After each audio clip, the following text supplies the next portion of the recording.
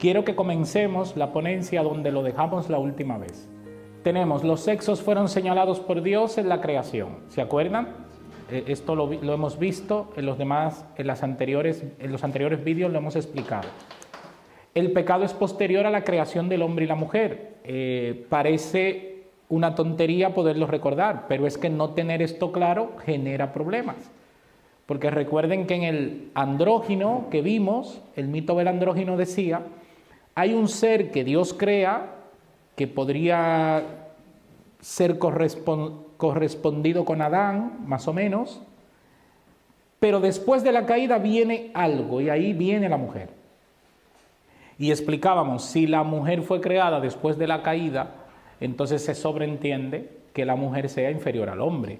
Ahora, la Biblia no dice eso.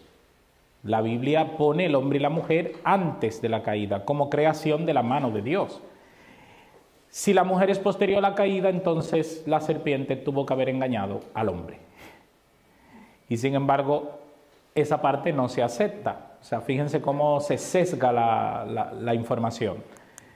Este mito se utilizaba para justificar las relaciones homosexuales. Si el hombre, en un momento dado de su historia, sobre todo cuando era perfecto, fíjense las implicaciones que esto tiene, no necesitaba de una mujer para reproducirse porque él mismo tenía ya todos los órganos, tanto los femeninos como los masculinos, entonces evidentemente la mujer es una necesidad que viene en un momento dado. Y claro, ¿dice esto la Biblia? No, no es lo que nos enseña la Biblia. Ahora vamos a ver quiénes eran esta gente, los padres de la Iglesia. Son un grupo de sacerdotes, teólogos y escritores eclesiásticos cristianos, obispos en su mayoría, que van desde el siglo I hasta el siglo VIII y cuyo conjunto de doctrina es considerado testimonio de la fe y de la ortodoxia en el cristianismo. ¿Qué quiere decir? Eran personas que, si lo tenemos que definir en términos llanos, eran inteligentes, pensadores, reflexionaban sobre las cosas y agarraban un tema. Normalmente no hablaban de todos los temas, cada uno se dedicaba en un tema en específico y rompían a pensar. ¿Qué ocurre? Que sus pensamientos se escribían. Y hasta el día de hoy, cuando la Iglesia Católica llama la tradición, se refiere precisamente a lo que esta gente escribía. Lo que ellos escribían se convierte al mismo peso de la Biblia.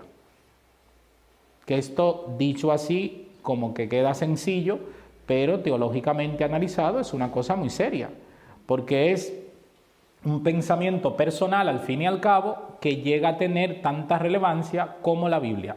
En algunos momentos y en algunas épocas, mayor relevancia que la Biblia, mucho más peso, y ya lo veremos.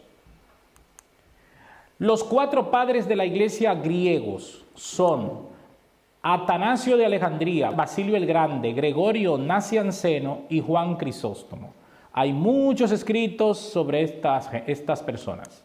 Los 4 padres de la Iglesia latinos, Ambrosio de Milán, Jerónimo de Estridón, Agustín de Hipona y Gregorio Magno. Estamos hablando de los 8 principales, pero si apuramos, hay muchos más. A mí me interesa que veamos a este solo, Agustín. Si ustedes quieren ver a los demás, ahí está el internet y la libertad para estudiar y el tiempo que cada uno quiera dedicarle y la paciencia, porque hay que tener paciencia cristiana para leer a estas personas que escriben tantas cosas contrarias a la palabra de Dios. ¿Por qué me interesa Agustín? Porque nosotros estamos hablando de matrimonio y sexualidad. Nadie en este mundo ha sido tan influyente en la sexualidad como Agustín. Nadie. 22 siglos y se mantiene en el primer lugar. Nadie se lo arrebata. Increíble. Muchos de ustedes han escuchado cosas que las inventó Agustín. Lo que pasa es que ustedes no saben que fue él.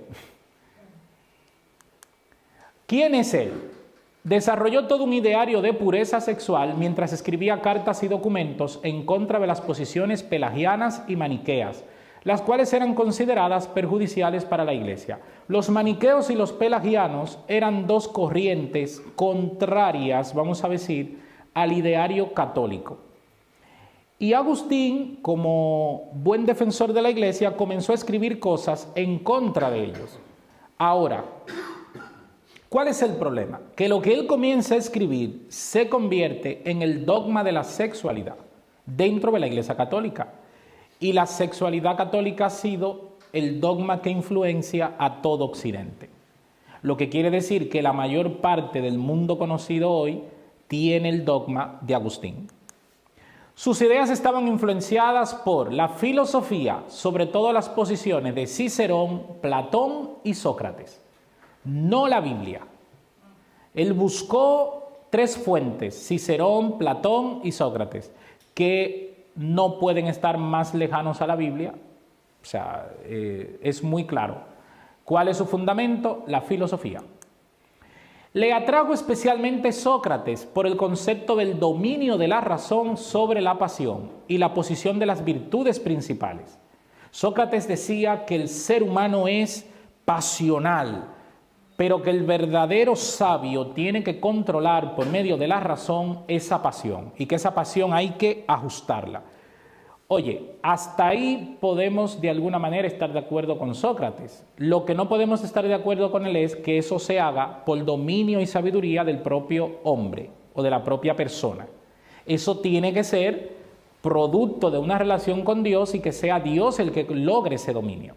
De hecho, Sócrates decía: justicia, fortaleza, templanza, sobriedad, prudencia y continencia de todo placer es lo mejor.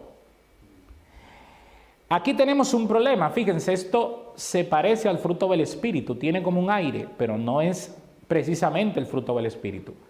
Y finaliza de una manera tramposa, porque ¿qué es continencia de todo placer? Estamos poniendo ahora en balanza que el placer natural es malo y que el dominio del placer, si la balanza se gira así, y el dominio del placer sube, entonces es que has llegado al nivel superior. Y aquí tenemos un problema, porque el placer no todo es malo. La Iglesia Católica no pudo evitar, a través de Agustín, beber de esta fuente de una manera muy directa, a tal punto que aún al día de hoy es como que el ser superior es un ser dedicado a la oración, apartado, la sexualidad es placer, el comer es placer, determinadas cosas que son placeres que tienen que ocurrir, todo me lo tengo que quitar. Y eso no es lo que dice la Biblia. La Biblia dice que hay tiempo para todo, no que te quites los placeres. El ser humano, de hecho, está diseñado para tener placer, para disfrutar de la vida, con unas condiciones evidentemente dadas por Dios. En los libros hay 2 grandes libros que él escribe donde él desarrolla todo su ideario. Esos libros se pueden encontrar por internet si alguien lo quiere ver, incluso en original están en latín y están también traducidos. Yo lo que voy a poner aquí es resúmenes muy breves porque no me interesa tampoco que nos dediquemos a ver las enseñanzas de este hombre. Simplemente quiero que veamos las trampas, donde choca con la Biblia. Allí él expone sus principales ideas sobre la sexualidad en el matrimonio. Ojo, sexualidad en el matrimonio. Entonces él comienza a escribir sobre esto. Y aquí viene, la repercusión en el mundo cristiano ha sido tan amplia que durante 16 siglos se han erigido como fundamento de todos los tratados morales de la Iglesia Católica y de muchos países de Occidente, lo que escribió Agustín.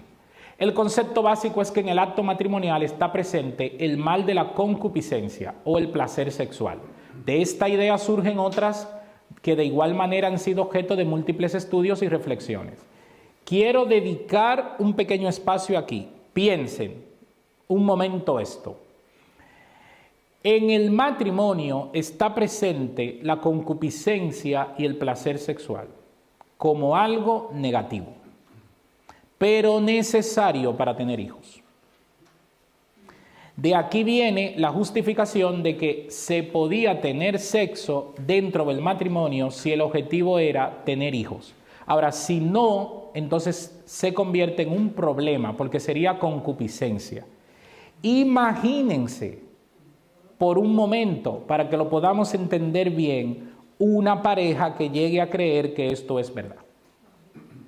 Las implicaciones que esto tiene en su sexualidad. Y lamentablemente, miles y miles de parejas fueron afectadas a través de los siglos con estas ideas.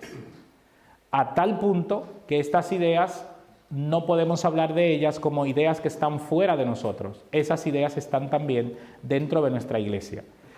¿Cómo lo sabemos? Muy fácil. Hacemos una actividad de pareja, proponemos una sesión de preguntas. ¿Y cuáles son las preguntas que la gente hace? Muy parecidas a lo que han aprendido. ¿Y qué han aprendido? Las ideas de Agustín.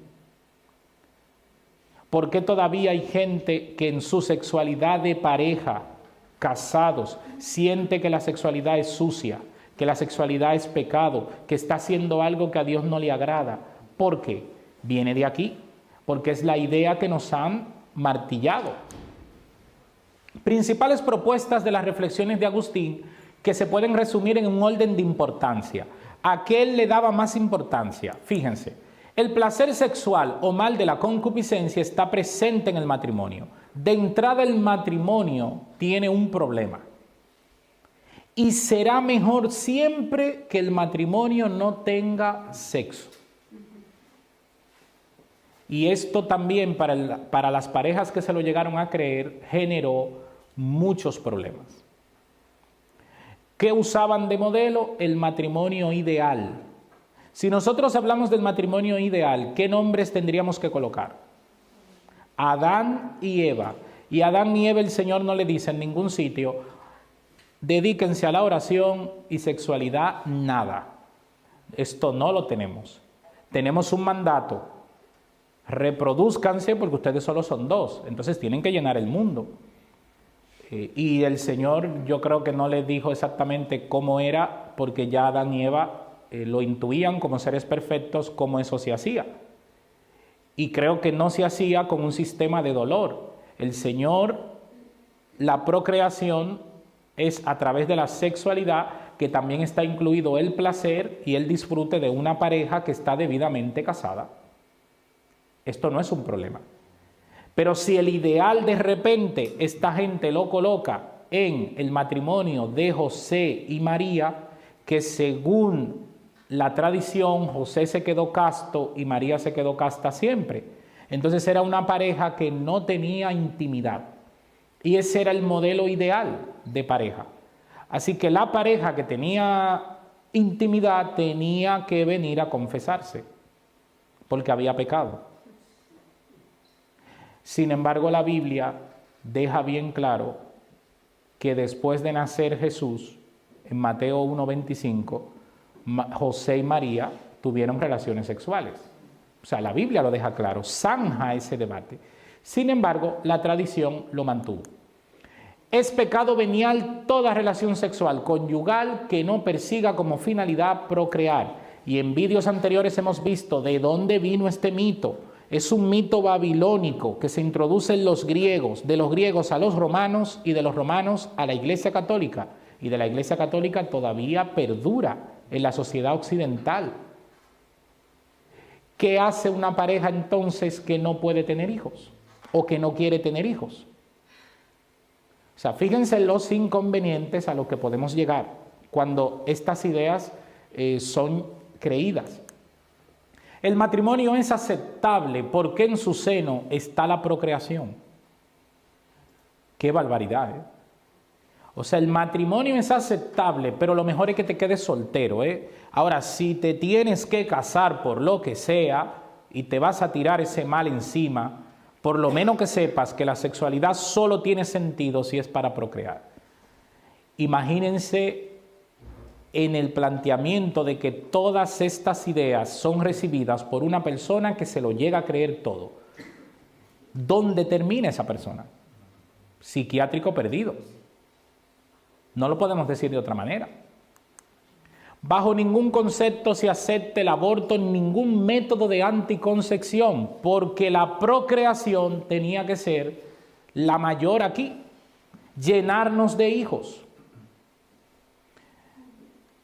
No vamos a abrir un debate sobre la procreación porque ya lo hemos analizado antes, pero creo que más de uno debería pensar, ¿tiene el mismo peso procrear y llenar la tierra, el mandato a Adán y Eva, que solo eran 2 personas, que cuando somos tantos? Habría que pensárselo eso. De que cada uno entienda que tiene que llenar la tierra, no es un mandato para todos. Cuando a mí me preguntan que por qué tengo un solo hijo, yo muchas veces digo de broma que algunos amigos míos han usado los cupos que a mí me correspondían. Porque lo pongo como en una situación de cupos. ¿Tenemos que llenar la tierra todos? No, porque tener hijos también es un acto de responsabilidad. Y hay que evaluar no solo los que usted quiera tener, sino los que usted puede tener, en todo el sentido de la responsabilidad cristiana que eso implica. Maniqueos, ¿qué pensaba esta gente? Ellos evitaban la procreación, era todo lo contrario a Agustín. Por eso Agustín pone tanta fuerza en la procreación, porque los maniqueos eran un grupo que sale de la iglesia y comienzan a decir que la procreación es mala, que no se debe tener hijos. Y entonces esto también es un extremo.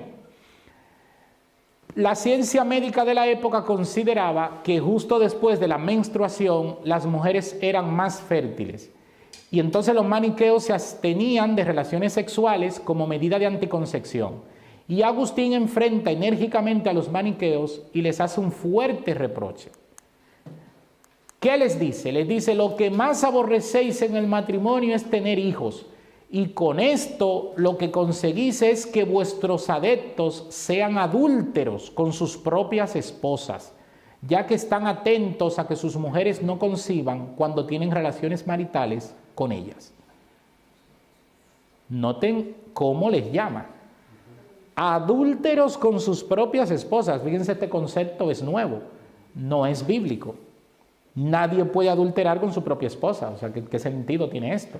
Ahora, fíjense que al final nosotros hemos sido damnificados, hemos sido víctimas de una discusión entre maniqueos y Agustín, que ninguno de los dos tenía la razón. ¿Cuál de los dos estaba más lejos de la Biblia? No quieren tener hijos cuando únicamente en vistas a ellos se han instituido el matrimonio. ¿Por qué no prohibís el matrimonio, dado que elimináis de él lo que verdaderamente le constituye? Tremendo esto. El matrimonio no lo constituyen los hijos, no es verdad. De hecho, una de las ideas que más daño ha hecho a las parejas es decirle, hasta que no tengas un hijo, no eres una verdadera pareja. Porque entonces las parejas no desarrollan otras áreas que son muy importantes antes de tener hijos.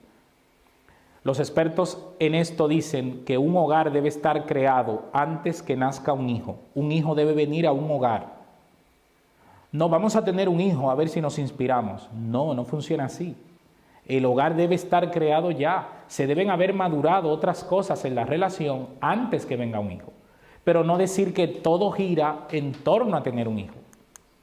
Si no hay un objetivo de procrear, los maridos no son más que vergonzosos amantes, las esposas prostitutas, los lechos conyugales prostíbulos y los suegros son unos chulos.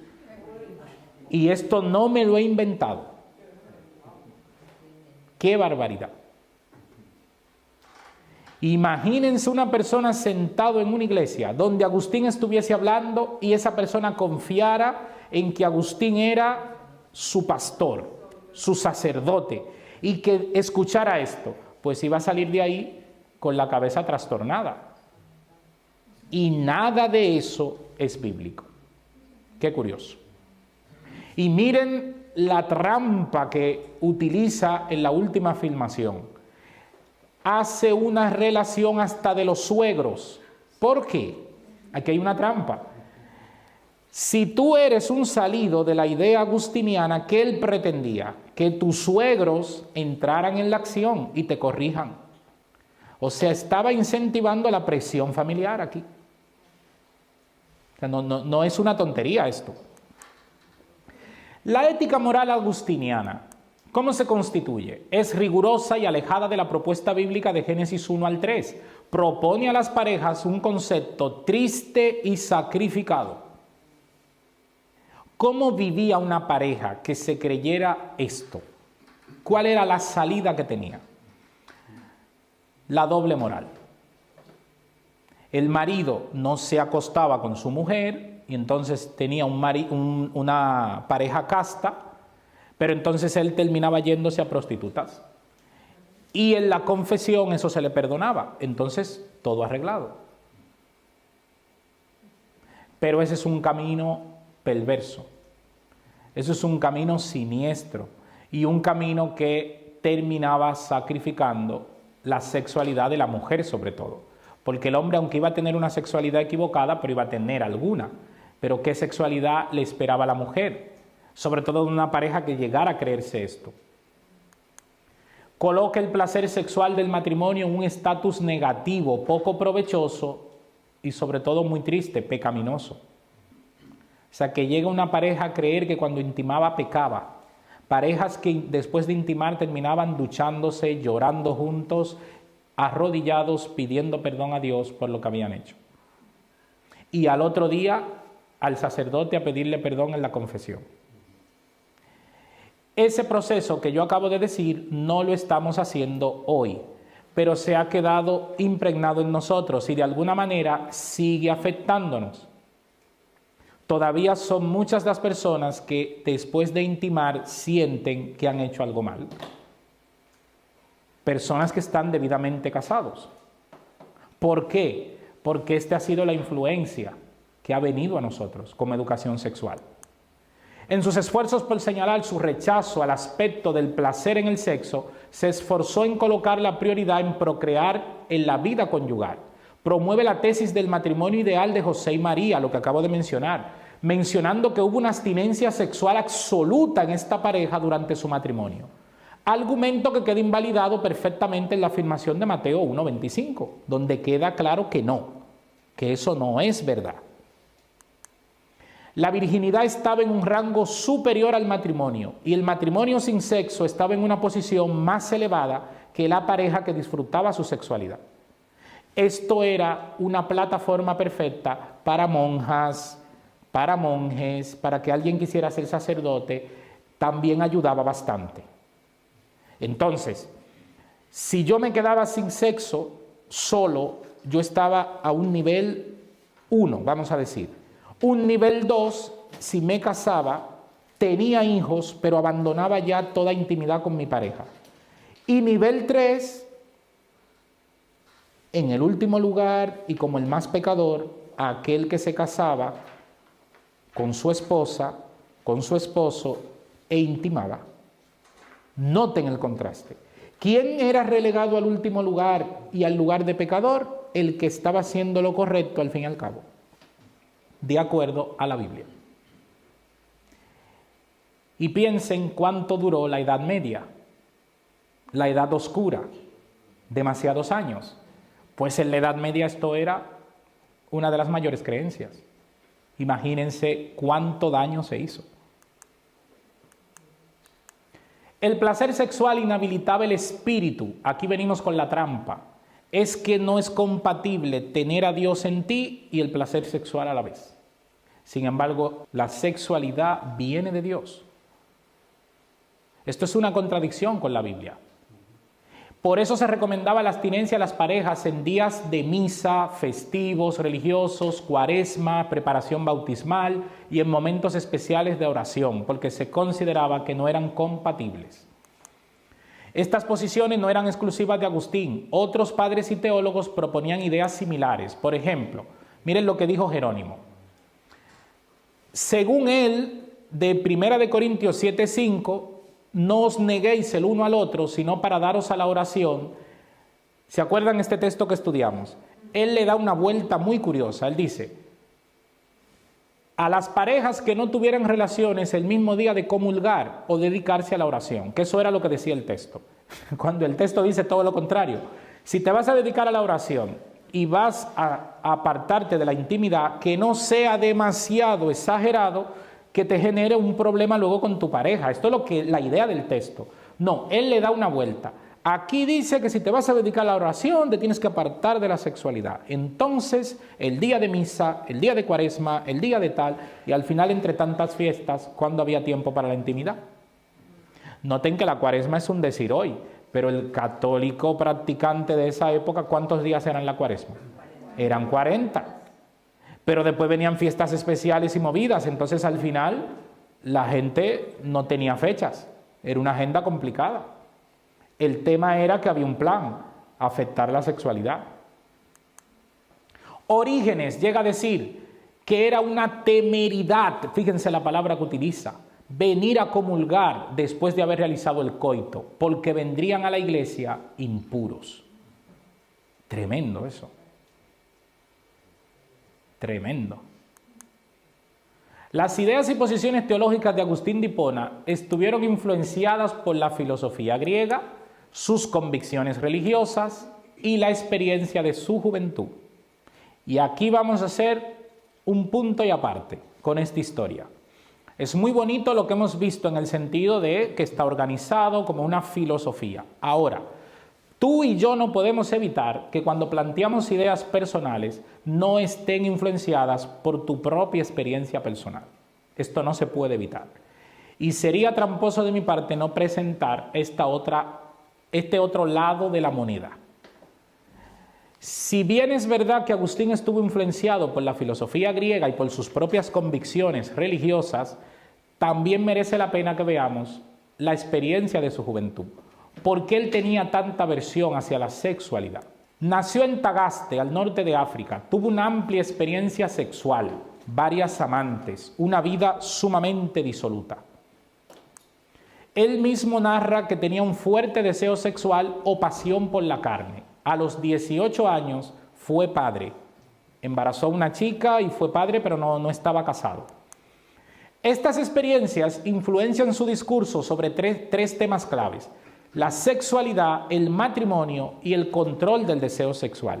Él vive una vida desenfrenada y él encuentra paz en el discurso de Sócrates.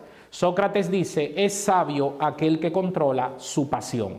Y entonces él se somete a lo que Sócrates dice y se transforma. Ese hombre que tiene una sexualidad desbocada, de repente ahora se vuelve totalmente contrario a la sexualidad. El problema es que es respetable lo que él haga y lo que haga cada uno. El problema es que nos metió su situación a todos los demás. Y lo triste es que cuando se proliferan sus ideas, no te ponen esta parte. Clemente de Alejandría coincidía con los estoicos en que la mente y el espíritu son superiores al cuerpo. Esta idea estuvo muy presente entre los griegos y los romanos, sobre todo en épocas clásicas. La mente, si la trabajas, llega a un nivel superior, pero dividida del cuerpo. Entonces al cuerpo yo lo puedo machacar, hacerle daño, no pasa nada. Nunca se relaciona con la mente. Recuerden que esto es una trampa. Este es el principio de la desgracia del ser humano. La Biblia dice que la mente y el cuerpo van unidos. No lo divide. No es verdad que lo que usted le haga a su cuerpo no tiene nada que ver con su mente. No es verdad. Muchas personas que se dedican a la prostitución se engañan con esta idea. Dicen, yo vendo mi cuerpo, no mi mente. ¿Y por qué terminan en psicólogos después? ¿Y por qué terminan con esa sensación de suciedad que no se les quita, entre otras cosas que pudiéramos decir? Entonces, tendría que haber un cheat, simplemente me desconecto, vendo mi cuerpo, aquí no pasa nada. No, no puede evitar el ser humano que lo que ocurre en su cuerpo tenga efecto en su mente. Esto es así. Sobre esta base, Agustín formuló la teoría de que el cuerpo humano y el sexo están en corrupción, y sobre todo la mujer, por la caída. Siempre la mujer es la culpable, ¿eh? ¿Qué hombre tiene un rencor más agudizado hacia las mujeres? ¿Qué tipo de experiencia te lleva un hombre a esto? Normalmente el hombre que tiene una vida disoluta, que se entrega a una vida de desenfrenos, sobre todo no en relaciones sanas, sino a nivel de prostitución, comienza a velgar una imagen de la mujer como una enemiga, como alguien a quien hay que pisotear, alguien a quien no hay que dejarle levantar la cabeza en ningún momento, porque él se ha relacionado con un tipo de mujer. Pero es muy sesgado que ese tipo de mujer o esa imagen yo la traspase a todas las mujeres. No sería correcto. Y fíjense qué tipo de teorías se llegan a formular de que el cuerpo humano y el sexo son corrupción total. Ahora, si te acercas a las mujeres es que ya estás perdido. Probablemente, esa fue la sensación que sintió Agustín en su vida. Que el camino para él era, si tenía un deseo sexual desenfrenado, era apartarse de toda sexualidad. Pero si ese era el camino de él, no tenía que aplicárnoslos a todos. Porque igual todos no tuvimos ese problema. Y aún así, si él encontró solución de esa manera, tampoco es una solución bíblica. O sea, tampoco es una solución bíblica lo que él hace. La sexualidad era una experiencia negativa en su vida. No va a hablar bien de la sexualidad. ¿Cuántos les gusta los salmos de David? A ver, ¿cuántos les gusta leer salmos de David? Son bonitos, ¿no? Díganme cuál salmo habla bien de las mujeres. Un salmo de David. Que eleve a la mujer como el ser más especial que existe, la mujer es lo mejor. Saben que este salmo no existe, ¿no? ¿Cómo fueron las relaciones de David con las mujeres? Fueron malas, difíciles, esposas más por conveniencia que por amor, relaciones complejas. ¿Y por qué David llega a decir que la amistad con Jonatán le fue más dulce que el amor de las mujeres? La experiencia de David no se relaciona con la experiencia de todos nosotros. Yo creo que de las mieles que yo he tenido en mi vida, después de Dios, probablemente la más dulce ha sido mi esposa. Pero esa es mi experiencia. Probablemente hay un hombre que le ha ido fatal con su mujer, igual dice, pero bueno, mi experiencia no fue así. Vale, pero es que cada experiencia es la que es. Ahora, David tuvo un amigo fiel que dio incluso su vida por él, y ese amigo, a él le pareció que ese amor era mejor incluso que las relaciones de mujeres que él había tenido. Pero busquen qué relaciones tuvo David. Ahora, el salmista David, el rey David, no se atrevió a transferirnos a nosotros complejos. ¿Se imaginan un salmo? La mujer es lo peor, no se acerquen a las mujeres o tal. Que entonces no leo el Salmo 23 jamás. Lo descartaba yo todo. No. ¿Él qué hace? Él se come su problema para él y alaba al Señor en aquellas cosas donde él sí se sintió realizado. Pero el problema de Agustín es todo lo contrario. Agustín eleva donde él se sintió frustrado. Y tú y yo hemos sido influenciados por una sexualidad frustrada, por alguien que en un momento dado de su vida tenía relevancia, mucha importancia, y como nadie había escrito de sexualidad, el tratado de sexualidad que quedó permanente en la iglesia fue este. Y los protestantes, cuando hemos salido del seno de la Iglesia Católica, ¿qué nos hemos llevado? El tratado de Agustín también. Tristemente, en algunos senos de iglesias protestantes, Agustín sale más reforzado que a veces en el seno de la Iglesia Católica. Yo siendo niño, teniendo prácticamente entre 13 o 14 años, según me acuerdo, en mi iglesia se iba a hacer una charla de sexualidad. Y uno de los líderes dijo, váyanse fuera al patio, ¿cómo van a hablar de sexualidad aquí dentro? ¿Qué es eso? Un argumento de Agustín. No es un argumento bíblico. Pero en realidad ese líder lo hacía por protegernos. Él pensaba que estaba haciendo lo correcto. ya de entrada me está diciendo la sexualidad es algo malo, es algo sucio, es algo que no se puede hablar en la iglesia y es algo que a Dios no le agrada. Así que vamos a terminar este tema rápido y vamos a hacer algo que le agrade a Dios.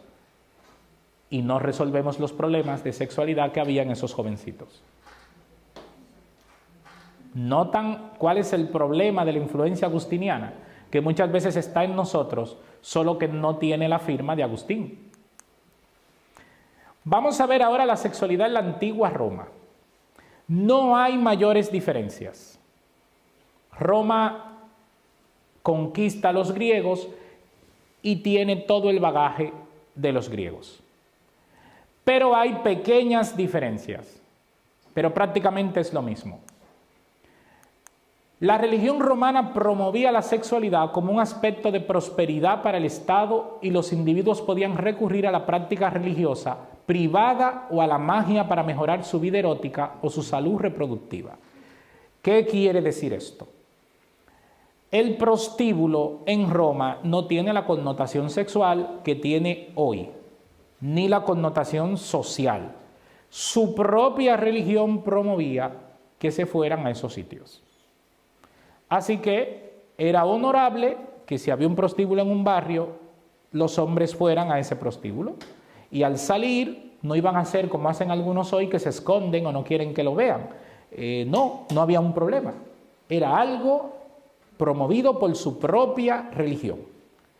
Por eso, cuando libros como Romanos dicen los hombres olvidaron lo natural y las mujeres y se pusieron a hacer cosas contra natura y tal, nosotros lo leemos, normalmente decimos esto es homosexualidad y nos quedamos ahí, encapsulados.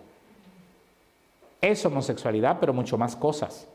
Tenemos que llevarlo al plano de la iglesia romana, lo que estaba viviendo. Pablo estaba hablando en contra de todo esto, todo lo antibíblico, todo lo que rompía la rueda. La prostitución era legal, pública y generalizada. No era de una minoría de la sociedad romana, era de una gran mayoría. Porque era legal, pública y generalizada. No había nada que esconder. Pinturas pornográficas que han llegado hasta nuestros días formaban parte de las colecciones de arte de respetables hogares de clase alta. Palacios de clase alta tenían pinturas pornográficas como si era totalmente normal, porque esto era honorabilidad. Cosas que incluso hoy no nos atrevemos a hacer. O sea, aunque alguien tenga la tendencia de ver imágenes pornográficas, normalmente no va a tener pinturas pornográficas en su casa, en su salón, por ejemplo. Se notaría que es de mal gusto, ¿no?, para nosotros. Pues para los romanos no. Entendían que esto era parte de la vida. La iniciación sexual, probablemente una de las prácticas más deslenables que han existido en nuestro mundo y fueron muy practicadas por egipcios, por griegos y también por los romanos. La iniciación sexual se consideraba natural y normal, que los hombres se sintieran atraídos sexualmente por jóvenes adolescentes de ambos sexos y que los iniciaran sexualmente. Aquí tenemos dos problemas. La iniciación sexual implicaba también el incesto. O sea, que podían ser padres, tíos, hacia en la misma familia. Recuerden cuando estudiamos esto, cómo lo tenemos que ver. No lo veas desde tu propia formación. Piensa un poquito qué habían recibido ellos, para que ellos lo llegaran a considerar que esto era normal. Imagínense también los pobres creyentes de ese tiempo, con qué tenían que lidiar. Cuando usted abría la Biblia en un mundo que vivía así, había mucho que explicar. La pederastia estaba permitida siempre que el joven no fuera un romano nacido libre. Miren qué curioso esto. ¿Y quién era el romano nacido libre? Eran 3 o 4, porque la nacionalidad romana como tal no la tenía todo el imperio. Así que si eras esclavo o no eras de nacionalidad romana, no eras víctima, porque no eras persona. La utilización de los esclavos en la sexualidad era totalmente permitida. ¿Por qué? No se consideraba violación porque los esclavos no eran personas. Entonces, si una persona no existe como tal, tampoco existe el delito hacia ella. ¿Se acuerdan el debate que muchas veces a los españoles se les juzga porque llegaron a considerar que los indígenas en América no eran personas? ¿Se acuerdan de este debate? ¿Quién les dice esto a los españoles? Roma. Fue Roma que dijo eso. Fue el Papa que le dijo, tranquilos, que no son personas. Son como si fueran animales. Así que trátalos como tal. Pues este era el tratamiento que Roma sabía hacer. Las categorías modernas de heterosexual u homosexual no formaban la dicotomía principal del pensamiento romano sobre la sexualidad. Para un romano libre, él podía tener tendencias sexuales e inclinarlas por donde él entendiera. Una diferencia a nuestros días es que no existe el matrimonio homosexual en ese tiempo. Entonces alguien tenía prácticas homosexuales, pero no se iba a casar con alguien de su mismo sexo. Para tener una buena imagen se iba a casar con una mujer, iba a tener hijos, iba a formar una familia, aunque tuviera una vida desenfrenada, con animales, con personas de su mismo sexo, entre otras cosas. Ese podríamos decir que es la gran diferencia de hoy, que sí existen matrimonios del mismo sexo. No se censuraba moralmente al hombre que disfrutaba de actos sexuales con mujeres o varones de estatus inferior, siempre que su comportamiento no revelara debilidades o excesos, ni infringiera los derechos y prerrogativas de sus pares masculinos. Qué ambiguo es esto. Porque ¿cómo se puede decir que no tuvo excesos y tal? Una medida que utilizaban era, el hombre que es pasivo en una relación homosexual es el que se ve mal, pero el que es activo no. Entonces el hombre romano intentaba ser siempre el activo, para que no se le penalizara. Como existía también esta costumbre entre los griegos, es una costumbre heredada en realidad. Los romanos creían que los hombres debían ser los activos en todas las formas de actividad sexual. La pasividad masculina simbolizaba pérdida de control, la virtud más preciada en Roma. ¿De dónde viene esto? Se considera que los primeros que llegan a concebir este tema son los egipcios, que tenían mucha homosexualidad dentro de ellos, pero nunca era aceptable la pasividad. Fíjense que era social y legalmente aceptable para los hombres romanos tener sexo así con mujeres y hombres prostitutos como con esclavos, siempre y cuando el hombre romano fuese el activo. Era lo único que les preocupaba. Todo lo demás, no. Ahora, ¿se imaginan predicarle a una sociedad así? ¿Usted abrir la palabra en una sociedad así? ¿Entienden por qué los cristianos terminaban en los leones? ¿Por qué los cristianos eran perseguidos? Porque cuando un creyente hablaba, ¿qué era? ¿Era una crítica a todo? ¿Eras un problema? Hoy nosotros hablamos y mucha gente educadamente nos dice que no y tal, pero es que hablar en una sociedad así era ir contra toda la sociedad, contra todo su sistema. En general, los romanos tenían unos límites de género más fluidos que los antiguos griegos. O sea, los romanos heredan lo que tenían los griegos, pero con más desenfreno, lo que ya es mucho decir, es demasiado. Aquí viene la doble moral, que es agudizada por los romanos, y tristemente no se pudo evitar que la doble moral entre a la iglesia. ¿Qué es la doble moral?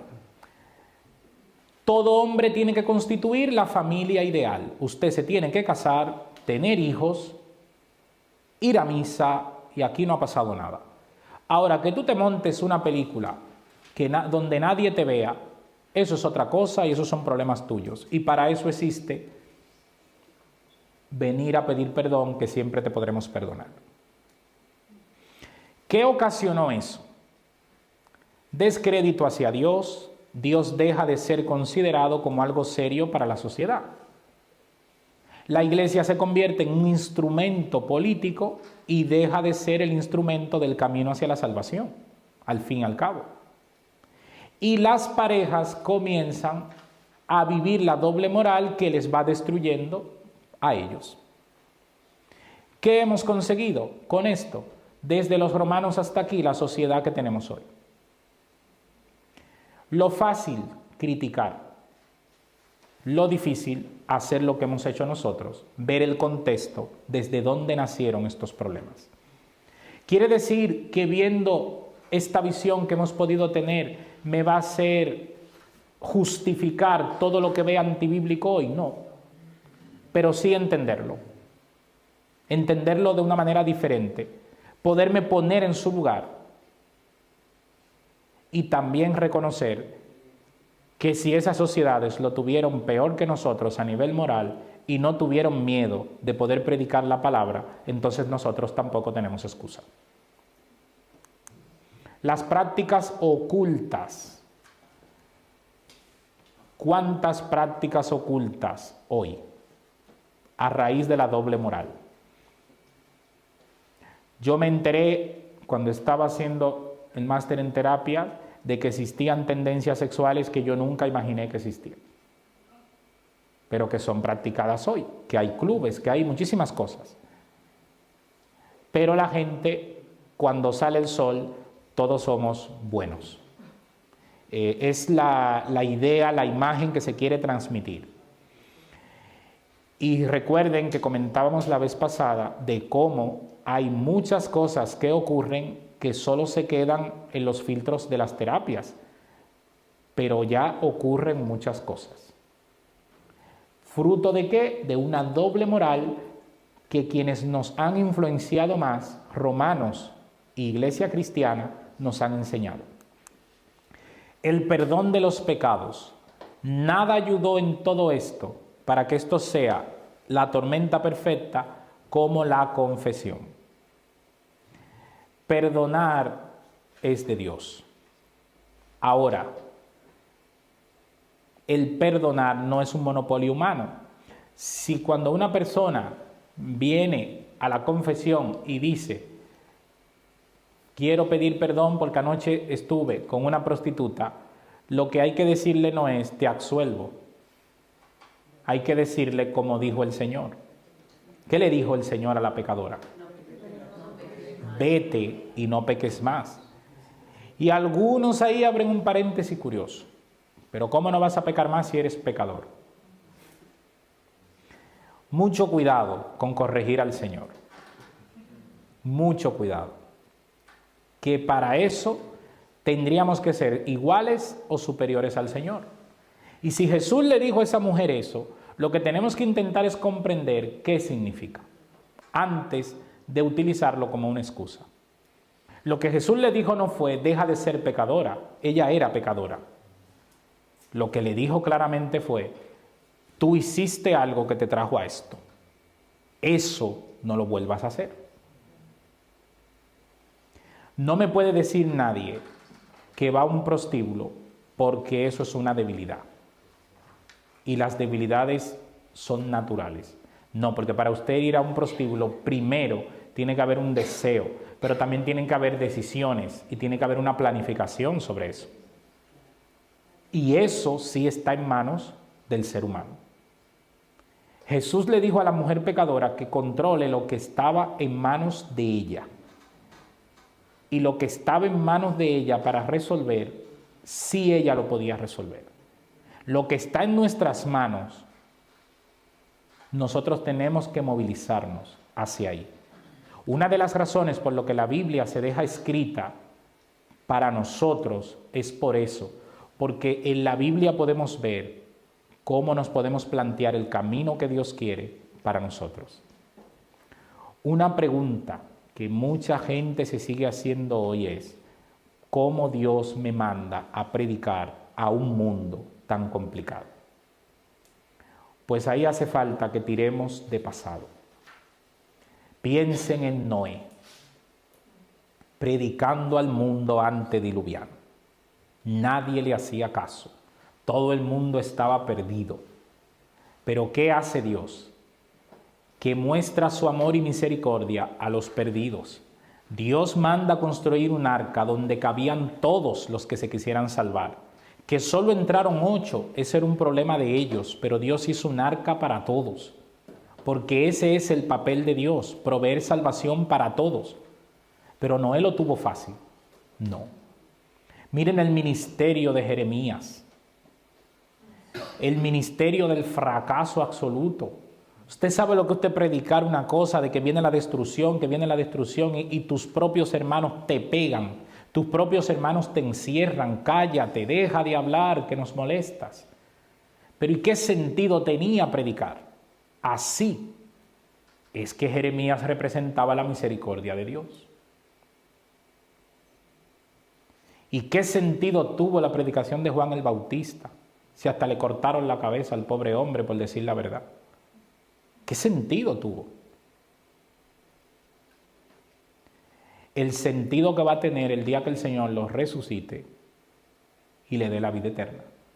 Porque la retribución no es aquí.